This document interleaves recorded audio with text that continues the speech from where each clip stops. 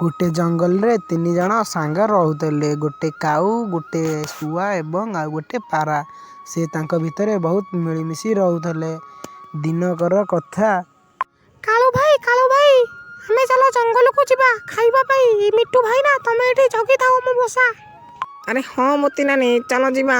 का का का का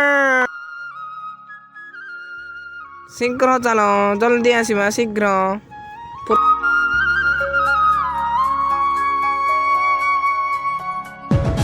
से दुई जन जंगल को चरिबा को जीवा परे गोटे शिकारी आसी धीरे धीरे पारार बसा पाखकू गछरे चढ़िला एवं से गोटे पारा नेला बेले आउ गोटे पारार एक अन्य छुआ तलकू खसी पड़िला एवं गोटे पारा को से ता बैग रे पुरे चलीगला।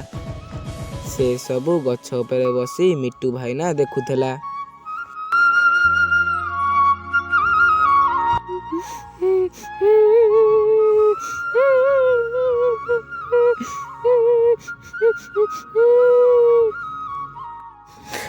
अरे कालू भाई मो छुआ को देखिछ मो पाहुनी।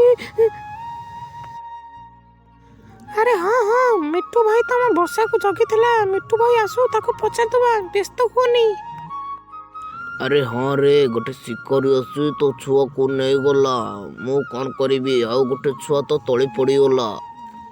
तोर आउ गोटे छुआ को शिकारी देखि पारलानी बोली ताको नहीं पारला नहीं अन्य छुआटी को नहीं। तेणु करी काऊ समस्त को डाकी एक सभाटिया कला। ता सहित से साप भाईना को मध्य डकाइला एवं से कालू भाईना को राजा करने को चाहिए एवं एथिरे भी कालू भाईना एकमत थिला। मु जेते बेले गछ उपरे बसी का का करिवि से शिकारी को तू चोटटिए पकइबू। का का